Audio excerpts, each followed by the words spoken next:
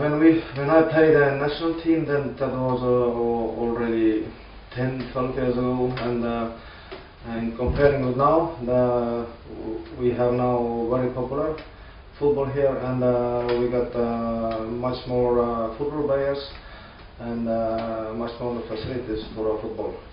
That's different than.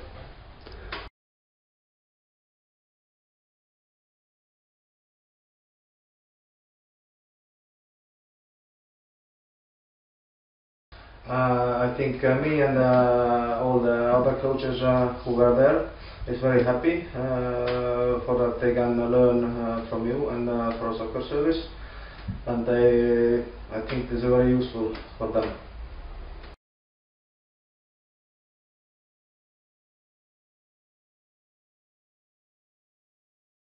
Yes, actually I think it's very useful.